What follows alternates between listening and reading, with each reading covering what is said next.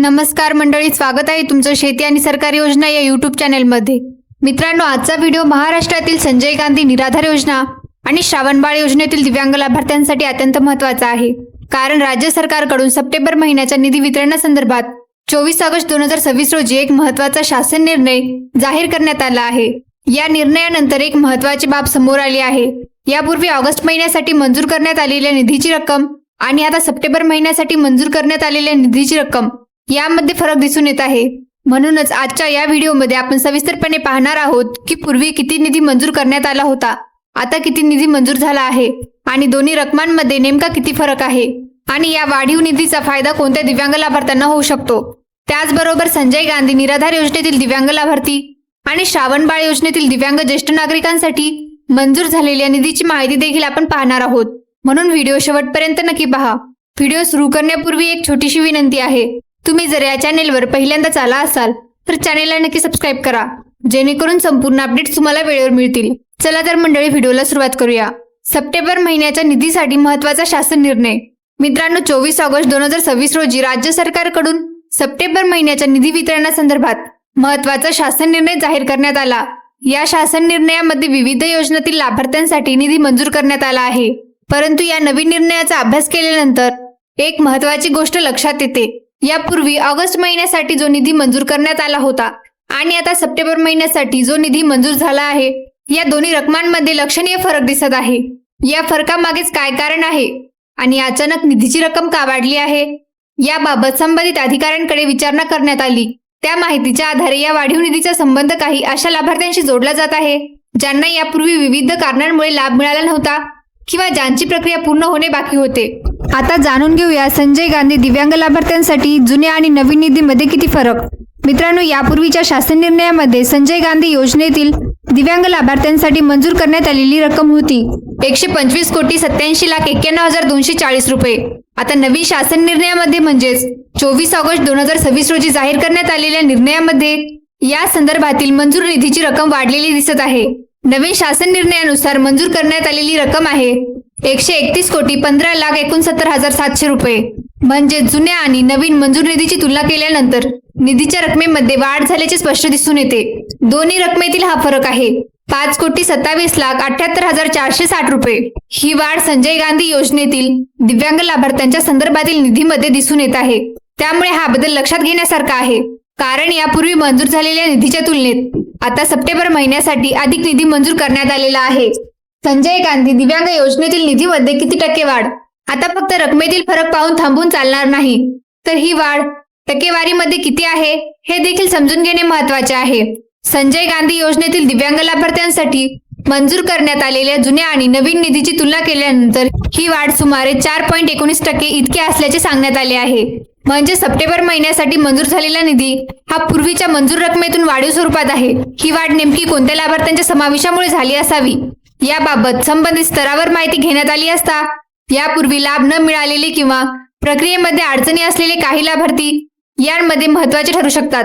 पण या संदर्भात प्रत्येक लाभार्थ्याची परिस्थिती आणि त्याची प्रक्रिया वेगवेगळी असू शकते। आता जाणून घ्या श्रावणबाळ योजनेतील दिव्यांग ज्येष्ठ नागरिकांसाठी किती निधी मंजूर। मित्रांनो, आता आपण दुसऱ्या महत्त्वाच्या गटाकडे वळूया।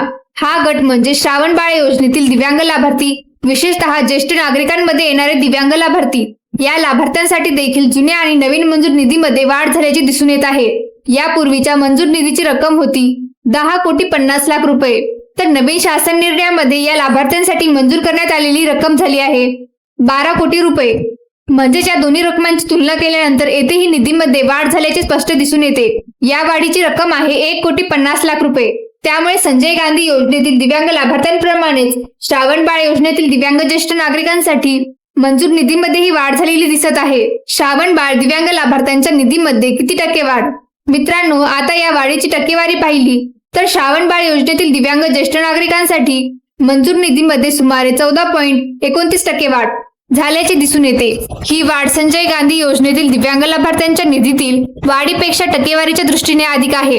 एकीकडे संजय गांधी योजनेतील दिव्यांग लाभार्थ्यांसाठी निधीमध्ये सुमारे 4.19% वाढ दिसून येते, तर दुसरीकडे श्रावणबाळ योजनेतील दिव्यांग ज्येष्ठ नागरिकांच्या संदर्भातील निधीमध्ये सुमारे 14.29% वाढ दिसून येत आहे। त्यामुळे सप्टेंबर महिन्यासाठी मंजूर झालेल्या निधीमध्ये दोन्ही गटांसाठी वाढीव रक्कम असल्याचे या आकडेवारीवरून स्पष्ट होते. आता जाणून घेऊया वाढीव निधीचा फायदा कोणत्या लाभार्थ्यांना होऊ शकतो. मित्रांनो, आता सर्वात महत्त्वाचा प्रश्न आहे की निधी वाढल्यामुळे याचा फायदा नेमका कोणत्या लाभार्थ्यांना होऊ शकतो. यापूर्वी अनेक लाभार्थ्यांना विविध तांत्रिक कारणांमुळे पैसे मिळाले नसल्याच्या तक्रारी समोर येत होत्या.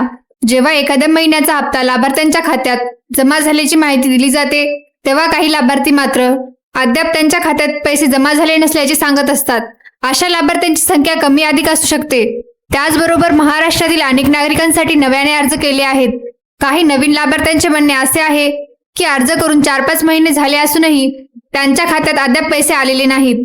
काही जणांकडे मंजुरी संदर्भातील पत्र किंवा इतर प्रक्रिया पूर्ण झाल्याची माहिती असली तरी प्रत्यक्षात त्यांना लाभ मिळण्याची प्रतीक्षा कायम आहे. या पार्श्वभूमीवर वाढीव स्वरूपात मंजूर झालेला निधी अशा प्रलंबित प्रकरणाशी संबंधित लाभार्थ्यांसाठी महत्त्वाचा ठरू शकतो. यापूर्वी पैसे न मिळालेल्या लाभार्थ्यांसाठी काय शक्यता? मित्रांनो, ज्या लाभार्थ्यांना यापूर्वी ऑगस्ट किंवा जुलै महिन्याचा लाभ मिळाला नाही, अशा लाभार्थ्यांची प्रकरणे देखील महत्त्वाची आहेत.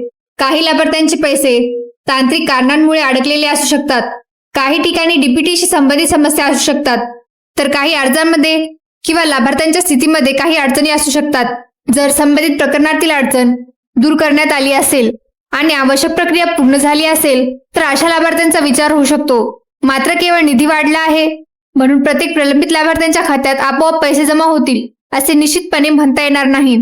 कारण लाभ मिळण्यासाठी संबंधित लाभार्थ्यांची आवश्यक प्रशासकीय आणि तांत्रिक प्रक्रिया पूर्ण असणे आवश्यक आहे. नवीन लाभार्थ्यांच्या यादीबाबत महत्त्वाची बाब. मित्रांनो, नवीन लाभार्थ्यांसाठी येथे एक अत्यंत महत्त्वाची प्रक्रिया आहे. नवीन लाभार्थ्याची यादी मंजूर झाल्यानंतर ती संबंधित तहसीलदार कार्यालयाकडून पुढील संबंधित विभागाकडे पाठवली जाणे आवश्यक आहे. जर ही यादी योग्य पद्धतीने संबंधित विभागाकडे पाठवण्यात आली असेल आणि पुढील आवश्यक प्रक्रिया पूर्ण झाली असेल तर नवीन लाभार्थ्यांना लाभ मिळण्याची प्रक्रिया पुढे जाऊ शकते. परंतु जर यादी पाठवण्यात आलेली नसेल किंवा प्रक्रिया अद्याप प्रलंबित असेल तर त्या लाभार्थ्यांच्या खात्यात रक्कम जमा होण्यास विलंब होऊ शकतो. म्हणून नवीन अर्जदारांनी केवळ मंजुरी मिळाली आहे असे समजून थांबण्याऐवजी त्याची पुढील प्रशासकीय प्रक्रिया पूर्ण झाली आहे का याची माहिती घेणे महत्त्वाचे आहे. डीबीटी अर्ज किंवा स्टेटसमध्ये समस्या असल्यास काय? काही लाभार्थ्यांच्या बाबतीत डीबीटी अर्जाची माहिती किंवा लाभार्थी स्टेटसमध्ये काही अडचणी असू शकतात. अशा परिस्थितीत संबंधित समस्या पूर्णपणे दूर होणे आवश्यक आहे. जर संबंधित अधिकारी किंवा लाभार्थ्यांच्या स्तरावर आवश्यक असलेली प्रक्रिया पूर्ण झाली असेल तर पुढील निधी वितरणामध्ये त्या लाभार्थ्याचा विचार होण्याची शक्यता असू शकते. परंतु समस्या अद्याप प्रलंबित असेल तर निधी जमा होण्यास अडथळा निर्माण होऊ शकतो. म्हणून ज्या लाभार्थ्यांच्या बाबतीत डीबीटी अर्ज किंवा स्टेटसशी संबंधित कोणतीही अडचण आहे त्यांनी ती बाब दुर्लक्षित करू नये. प्रत्येक तालुक्यात परिस्थिती वेगळी असू शकते. मित्रांनो, महाराष्ट्रातील प्रत्येक जिल्हा आणि प्रत्येक तालुक्यातील परिस्थिती एकसारखी असेलच असे नाही. काही ठिकाणी नवीन लाभार्थ्यांची प्रक्रिया पूर्ण झालेली असू शकते. काही ठिकाणी प्रलंबित यादी संबंधित विभागाकडे पाठवण्यात आलेली असू शकते, तर काही ठिकाणी अजूनही काही तांत्रिक किंवा प्रशासकीय प्रक्रिया बाकी असू शकतात. त्यामुळे एखाद्या तालुक्यात ज्या लाभार्थ्यांना पैसे मिळतील तशीच परिस्थिती महाराष्ट्रातील प्रत्येक ठिकाणी असेलच असे नाही. लाभार्थ्यांच्या प्रकरणानुसार काही संबंधित तालुक्यातील प्रक्रिया पूर्ण झाल्यानुसार निधी जमा होण्याची परिस्थिती बदलू शकते. आता जाणून घेऊया लाभार्थ्यांनी तहसीलदार कार्यालयाशी संपर्क का करावा. जर तुमच्या बाबतीत यापूर्वीचा हप्ता जमा झाला नसेल, नवीन अर्ज मंजूर होऊनही पैसे मिळत नसतील किंवा डीबीटी आणि अर्जाशी संबंधित काही समस्या असतील तर संबंधित प्रलंबित बाबींची माहिती घेणे महत्त्वाचे आहे. अशा वेळी आपल्या तहसीलदार कार्यालयाशी संपर्क साधून नेमकी कोणती प्रक्रिया प्रलंबित आहे याची माहिती घेता येऊ शकते. जर काही आवश्यक बाब पूर्ण असेल तर ती पूर्ण करण्यासाठी संबंधित स्तरावर प्रक्रिया करता येईल. कारण नवीन लाभार्थ्याची यादी पुढे पाठवणे, प्रलंबित तांत्रिक अडचणी दूर करणे किंवा अर्जाशी संबंधित समस्या सोडवणे या गोष्टी पूर्ण झाल्यानंतरच लाभ वितरणाची प्रक्रिया पुढे जाऊ शकते. म्हणून ज्यांना अद्याप लाभ मिळालेला नाही त्यांनी आपली प्रकरणे प्रलंबित ठेवू नयेत. जुलै किंवा ऑगस्ट महिन्याचा लाभ न मिळाल्यास माहिती द्या. मित्रांनो, महाराष्ट्रातील अनेक भागांमध्ये नेमकी कोणत्या कारणामुळे लाभार्थ्यांना पैसे मिळत नाहीत हे समजणे देखील महत्त्वाचे आहे. त्यामुळे ज्या लाभार्थ्यांना जुलै किंवा ऑगस्ट महिन्याचा लाभ अद्याप मिळालेला नाही त्यांनी आपली माहिती कमेंटच्या माध्यमातून सांगू शकता. यामुळे वेगवेगळ्या भागांमध्ये लाभ वितरणाची परिस्थिती कशी आहे याचा अंदाज घेण्यास मदत होऊ शकते. काही लाभार्थ्यांचे पैसे तांत्रिक कारणामुळे अडकलेले असू शकतात, तर काही ठिकाणी प्रशासकीय प्रक्रिया अपूर्ण असू शकते.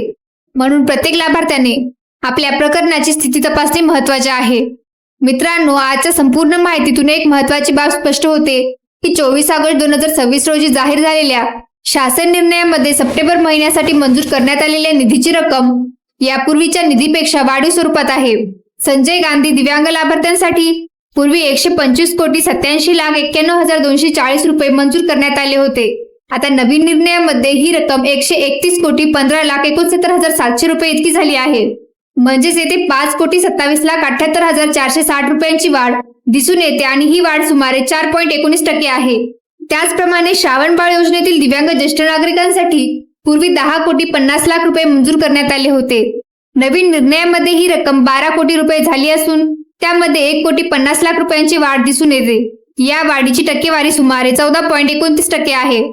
यापूर्वी तांत्रिक कारणांमुळे लाभ न मिळालेले लाभार्थी, प्रक्रिया पूर्ण होण्याची प्रतीक्षा करणारे काही नवीन लाभार्थी आणि संबंधित प्रलंबित बाबी पूर्ण झालेल्या लाभार्थ्यांसाठी हा वाढीव निधी महत्त्वाचा ठरू शकतो. परंतु नवीन लाभार्थ्यांच्या बाबतीत त्यांची मंजुरी यादी तहसील कार्यालयाकडून संबंधित विभागाकडे पाठवली जाणे आवश्यक आहे. तसेच डीबीटी अर्ज किंवा लाभार्थी स्टेटसमध्ये काही समस्या असल्यास त्या दूर झालेल्या असणे देखील महत्त्वाचे आहे. म्हणून ज्या लाभार्थ्यांना अद्याप जुलै आणि ऑगस्ट महिन्याचा लाभ मिळालेला नाही त्यांनी आपल्या प्रकरणाची माहिती संबंधित तहसीलदार कार्यालयाकडून तपासून घ्यावी आणि प्रलंबित असलेली आवश्यक प्रक्रिया पूर्ण करावी. मित्रांनो, ही माहिती महाराष्ट्रातील सर्व दिव्यांग बांधवांसाठी महत्त्वाची आहे. म्हणून हा व्हिडिओ अशा लाभार्थ्यांपर्यंत नक्की शेअर करा जे संजय गांधी निराधार योजना किंवा श्रावणबाळ योजनेशी संबंधित आहेत.